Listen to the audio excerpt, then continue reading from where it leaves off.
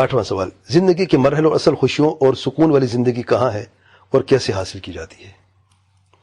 دیکھیں زندگی کے مرحلے دیکھیں، ایک دنیا کی زندگی ہے، اس سے پہلے ایک ماں کے پیٹ کا مرحلہ ہے انسان کی زندگی.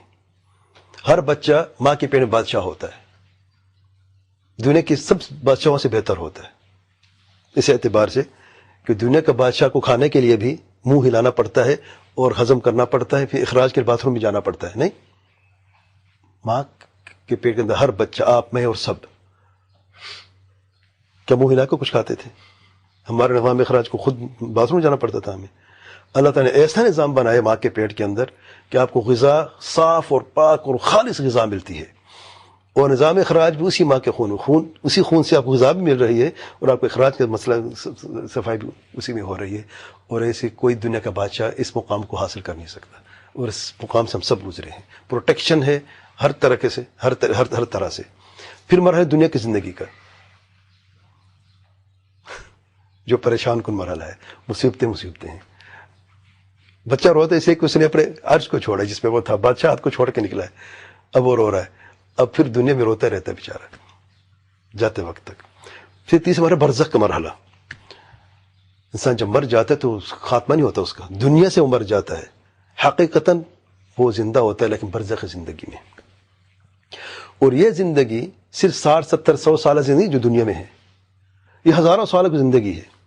مثال کے طور پر سیدنا علی رضی اللہ عنہ کو سن 40 میں قتل کیا گیا، شہید کیا گیا، ایسا ہے نا، سن 40 سے تقریباً. اب کیا تاریخ ہے؟ 1442، یعنی 1400 سال لے لیں، 1400 سال گزر گئے ہیں برزخ زندگی میں.